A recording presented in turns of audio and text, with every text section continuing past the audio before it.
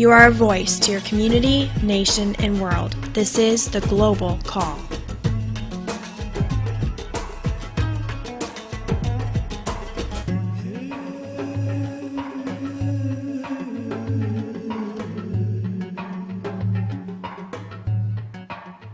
Hi, welcome to Global Call. I'm Evangeline. Today, we're going to hear a story from Emily. We're going to go to her dorm room and hear part of her journey. Her journey is a journey of restoration, of hope, of excitement for the future, of what God can do to change around your life and what He's done in her life. And her life, she talks about how she was really into partying, into drinking, into sleeping around with guys, and up until the point where she had an abortion, and that started to change her life. Also her parents' separation and divorce and what that was like to walk through. And you know, Emily's story, she's being very open and candid with you and I and telling us every detail of basically how it felt, what she walked through.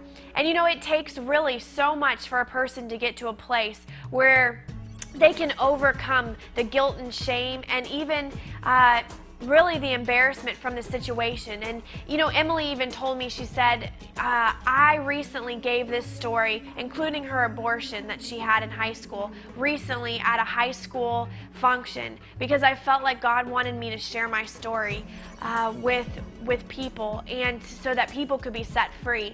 And for her, that was hard because there's shame attached to having an abortion. She felt shame in that she did that, and it embarrassed her. It brought shame upon her. But you know, she has realized that there's freedom in the cross, that not only to take away the sin, but also to take away the shame and the guilt that you feel. And so it's awesome what God's done in Emily's life, and that she's willing to share her story to set people free and know that they can have hope, that they can get over it and be completely restored. So let's watch Emily's story now. Hi, I'm Emily. I am from Seattle, Washington. I love playing tennis, and I am so in love with Jesus. Okay, so we are in Emily's dorm room at her university, and we are going to just discuss her life and welcome Emily to Thank you. Global Call. Yeah, thank you. So Emily, if you want to just tell some of your story of how you got to where you are today and some of the, you know, the things that you've experienced along the way. Yeah, well, I grew up in a Christian family and going to a Christian school. I thought I knew who God was, and my family, we never really talked about issues that were going on within us. And once I hit junior high age, I just hit this rebellious stage in my life, and my parents were always fighting and going to Christian school. I was just rebelling against my teachers, skipping class. And my freshman year of high school, I started getting into partying and drinking and smoking and just being promiscuous and just not wanting anything to do with God or the Bible. We had weekly chapel and Bible class that was required, and I just couldn't stand it. I just wanted freedom to go and party, and just really I got to the point where I only had fun if I was drinking. If I Was there anything that that made you come to that point of not wanting God anymore, or did you just feel like you were losing out so much of life, like missing out on life? I felt like I was missing out on life, just because I started having friends from a public high school, and they were always partying, and once I got involved in that, I was like, wow, this is so much fun. Yeah. And so that's how I kind of got dragged into it. Yeah. So in 9th grade, you decided to go to public school. During 9th grade, my parents got separated, and my dad always wanted to keep me in a private school just because of the environment. But my mom said, if you want, because I was living with her, if you want to go to public school, that's fine with me. So I took her up on that right away. Yeah. So why did your dad not want you to go to public school? Just to protect you? Yeah. So he was really protective. He was. Yeah. And it wasn't anything, he wasn't overprotective. He just gave me rules that every high school girl should have, like curfew. Yeah. But things that you didn't have to have if you were with your mom. Right. Yeah. Right. It got to the point where if I didn't black out, it wasn't a good night for me. If I remembered what happened the night before, I would think the next morning I didn't get drunk enough. Yeah. And if I didn't hook up with any guy, it was like, oh, that night was a waste because I didn't have fun. 11th grade, I had a boyfriend who was 2 years older, and our relationship was based on sex. And we only hung out at night, only at parties. And I found out he was going to go to college down in California. So, of course, we're like, this relationship isn't going to work out. Yeah. And so we broke up. And about a month later, I realized I hadn't had my period. And I decided to take a pregnancy test. I didn't think anything of it. Yeah. But I was like, well, I just want to be sure I'm not pregnant. Yeah. But I was. And so this is the fall of my junior year in high school. Yeah. And I didn't know what to do. It never really hit me that I was actually pregnant. It was just something more I needed to deal with, brush under the rug, like just forget about. And so that was kind of my thought process in every decision. Yeah. Throughout your life before this even. Yeah.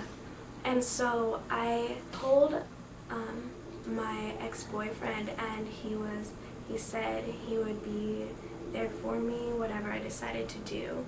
And that conversation was actually the last time I talked to him till this day. Wow. So he wasn't ever there for me. Yeah. He said, well, whatever you decide to do, he's like, I'm gonna go to school. He went to school for basketball in California. And he's like, I have a career with basketball, and we're not even together right now. I figured he wouldn't be there for me, but I just wanted to let him know what was going on. So then you decided to have the abortion. And then what happened to that? I made the decision. I set it all up in December, and how many months pregnant were you then? I was about a month and a half. Made the appointment for the first week in January, and I had told my mom about it, and she kind of just left it up to me also. Oh, wow. And this point, my parents were still going through a divorce, and so I thought if my dad found out about it, I wouldn't be able to live with my mom anymore, and that would mean no more freedom, no more drinking, no more partying. And that thought scared me because that was the only time I thought I was having fun. Yeah. And felt like myself. And I thought I would have to go back to all his rules that every girl should have. Right. So you went in January. Did your mom go with you, or? She did. And one of my girlfriends at the time was with me. And I just remember sitting in the waiting room, and just other couples in there and other women, and just this depressed look on their face. And because I wasn't ever living in reality, it just didn't seem like a big deal to me. And I just remember sitting in the corner looking at everyone like, it's going to be over in like a few hours. Like, don't be sad, you'll be able to go. Yeah. So you felt like everybody was just depressed and... Yeah, and I was like, what? Like, it's no big deal. Yeah. So when you went in, it was only a few hours. Mhm. And then after that happened, did it feel, I mean, what was the process like? On that day. Yeah, my own curiosity. Yeah. Actually, it was really sad, that just my thought process back then, because I remember planning it out, and I had arranged it to be on a Friday. So I thought later that night I would be able to go out, and one of my friends was having a big party I was gonna go to, and just help forget about it.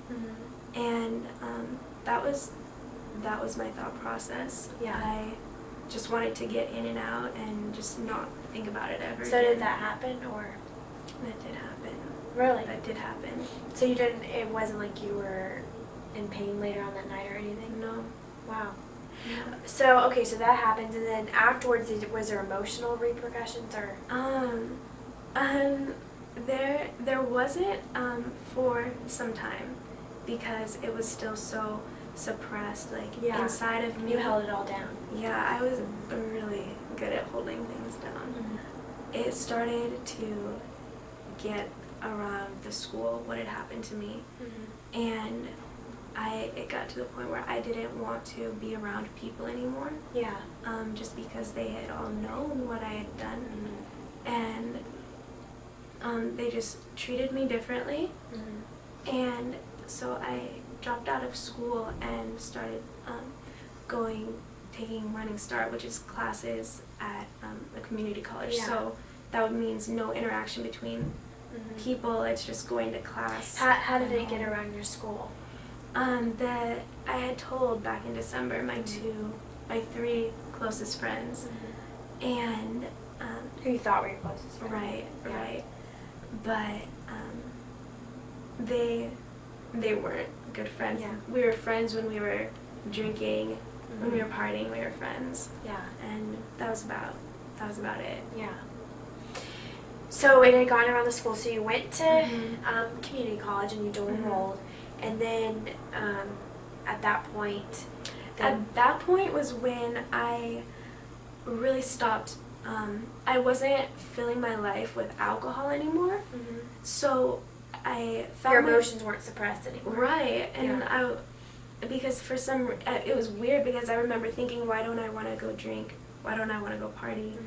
And I just started thinking, what is the point of living right now? I am at rock bottom, Yeah. and just having suicidal thoughts and not wanting to go on anymore. Yeah.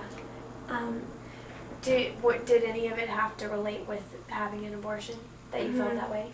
It did. It had to do with the abortion. It had to do with I didn't even know how many men I had slept with. It had to do with drinking, and I would always drink and drive, and I was wondering why I wasn't dead. Yeah. And just because of everything I had put myself through, why wasn't I dead yet? And just all of those questions. Did you feel like you deserved to die? I did. And I was wondering why I hadn't, especially after I had taken the life of my child. So then at that point, what happened when you started feeling suicidal and all of that? How did you get out of that stage? I remember thinking everything I had turned to fill that void and fill that emptiness inside of me, and I had tried everything under the sun.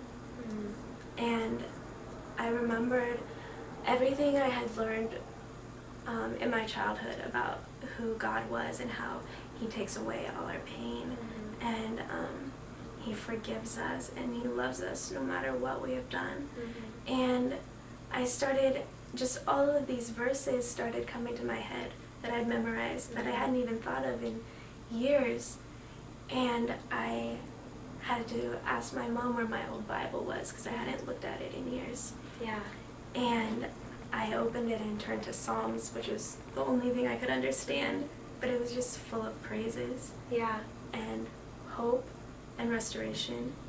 And I started thinking, maybe there is hope for me and maybe there is a bigger purpose for my life, why I hadn't been killed. I had totaled my car and gotten in 2 other accidents on top of that. Wow. I had alcohol poisoning. There are plenty of opportunities for me to not be here right now. Yeah. And I was wondering, like, why am I still here? And just, I just started feeling like there was hope. Yeah. Hope again. Yeah. So, so then after that, you know, God started giving you hope again for your future and taking away some of the guilt and shame. Or how has been the process of that?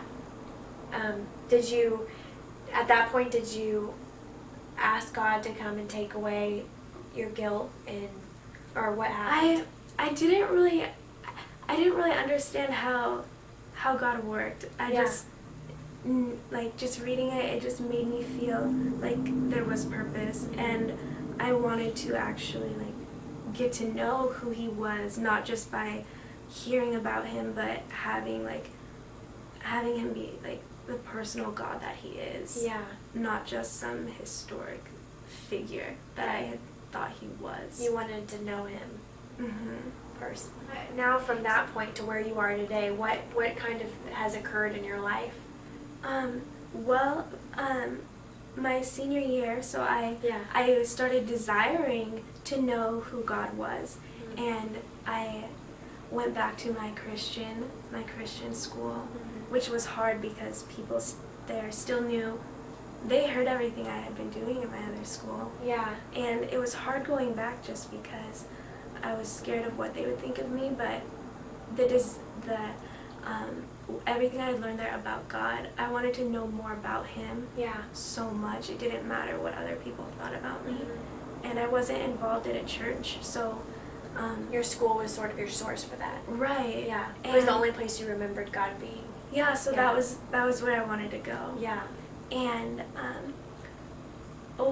so going back to the school and learning about God, I had thought that had made me a Christian, and just that was relationship with Him, just being in community with other Christians. Yeah. And not until after I graduated, I actually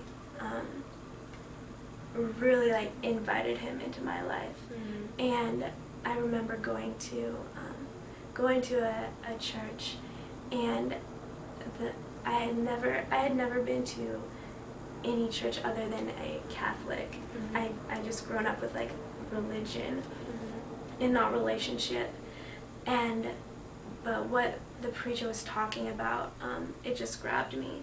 And at the end they asked if anyone doesn't have Jesus in your life, if He's not the Lord of every area of your life, He's not your Lord at all. Yeah. And I had realized that he wasn't Lord over my life. I had still found, I knew there was hope in Him. Yeah. But I didn't know any farther than that what that meant, what that felt like. And I went up and I had this girl prayed for me, and I just found myself going up there, and it was the first time she just asked me what I wanted prayer for. Yeah. And I just started telling her my life story, everything I'd been through. And I remember as I was speaking and telling her everything I did, I was like, and I did this, and then I did this, and then I did this. And it was like I was telling her all these things, but in my head I was like, I don't want to say this. What am I doing? But the more I was confessing everything I had done, the more freedom I was feeling, and so it just kept coming out, and I was just crying, and I just felt the presence of God on me for the first time in my life. And so after that point was when all of these emotions that I had suppressed, they started surfacing, and emotions from how I used to treat my parents, how I would treat my teachers, my younger sister, just all authority in my life, and emotions from having an abortion. And it was the first time where I actually felt so much pain and hurt and regret, and I I didn't know what to do with all of this because I had just grown up pressing everything down, and now it was all coming up. But there was so much freedom and so much peace with that. I wanted to get everything out. Every dark spot in me, I just wanted out. Yeah. Because I realized that Jesus really does like wipe us clean and make us pure. And I had not lived a pure life, and I didn't think I ever would be pure. Yeah. So my senior year is when I just started I didn't know where this desire came from to know God, but it made me want to reknit my relationship with my earthly father, and I started going over to his house more and just spending time with him. And the more time I spent with him, the more hurt I felt because of my past and how I never wanted to be around him, and the time that I missed out, the past 3 years that I had missed out on getting to know him. I just wanted to rebuild that. And it just got to this point where I just knew I needed to ask for his forgiveness for everything I had put him through, everything I had done to him. And he was so forgiving, and I wanted to tell him everything that I had done, everything I had been through. But I was still, a part of me was like I scared to tell him I had an abortion, just because I knew he would still love me and he would forgive me. But I didn't want him to feel my burden and feel the pain. But I finally I told him, and he was so loving, and I got so much closer to him through that experience, and just being open with what I had done, and just how God had forgiven me and wiped me clean from that. So, and then your parents now? Yeah, actually, so my parents, they're divorced. They're divorced right now, and they would not speak to each other at all until about 3 months ago now. And you've been praying for him? I have. Ever since that night, I went up to the altar and just started confessing to the girl who prayed for me. We just started praying together, and one of the things I remember praying for was for my mom and dad to at least be able to talk again, to be in the same room together. And I even prayed. I remember praying for them to get back together, and I had so much faith for it. And it was one of those prayers where I knew I had so much faith. There was no doubt in me, and I would share it with some of my other friends, and they're like, Emily, your parents aren't ever gonna, they won't be able to talk again. You're crazy for thinking that, for praying that. And I was like, I had faith for it. And 3 months ago, they started talking just out of the blue. God gave them both the desire to just to have reconciliation between them and restoration. And they went out for coffee, and they started going on dates and and just rebuilding their relationship. And actually they're planning on getting married now. Getting married again after being divorced for 5 years. Wow, that's awesome. And it's just like just seeing fruit everywhere in my life. The restoration. The way like God intended it to be, and He wants it. And there's just so much peace within my family, and it's just completely a work of God. That's awesome. What would you tell someone who maybe was going through a situation? Maybe there's people out there who have had abortions or had things that they have regret in their life about. What would you tell them? I would say the biggest thing is to find someone who knows the Lord and talk to them. Just be open and or even just praying. I mean, that should be the number one thing, but for me, that I never really knew how to pray. Yeah. So it really helped when I went to church and someone helped me pray. And even now, like, just writing out just things that you've been through, and just looking at it and just giving it to God. Yeah. Just really, like,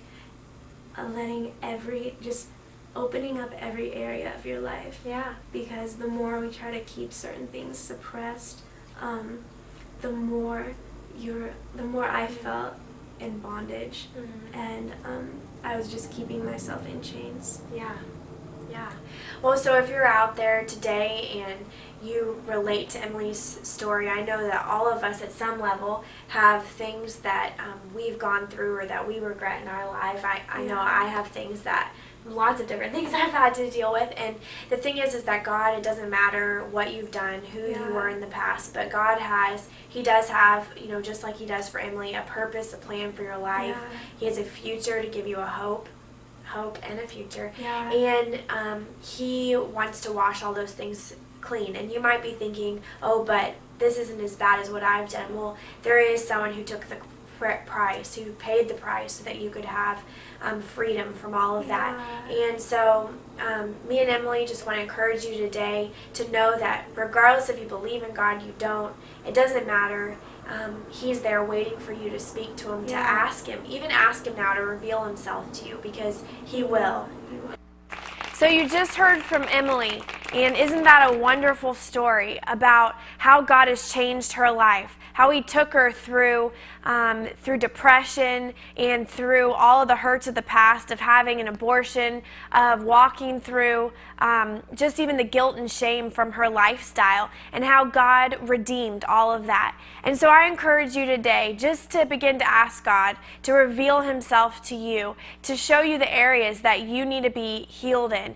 God's waiting for you. He doesn't care what you did yesterday or what you did last year. He wants to restore you, set you free, give you a hope and a purpose. And so today I encourage you to ask God to reveal Himself to you, to ask Him to show you the love of God, just like Emily was shown, that undeserving love of God. Because, all of us, we're all unworthy, but Jesus sent His Son so that we could have eternal life, and so that we could know Him personally and feel the love of the Father. And so today I just want you to know how much God loves you, just like He loves Emily, just like He loves me. God loves you. And so today, I want to thank you for being with us on Global Call, and we'll see you next time.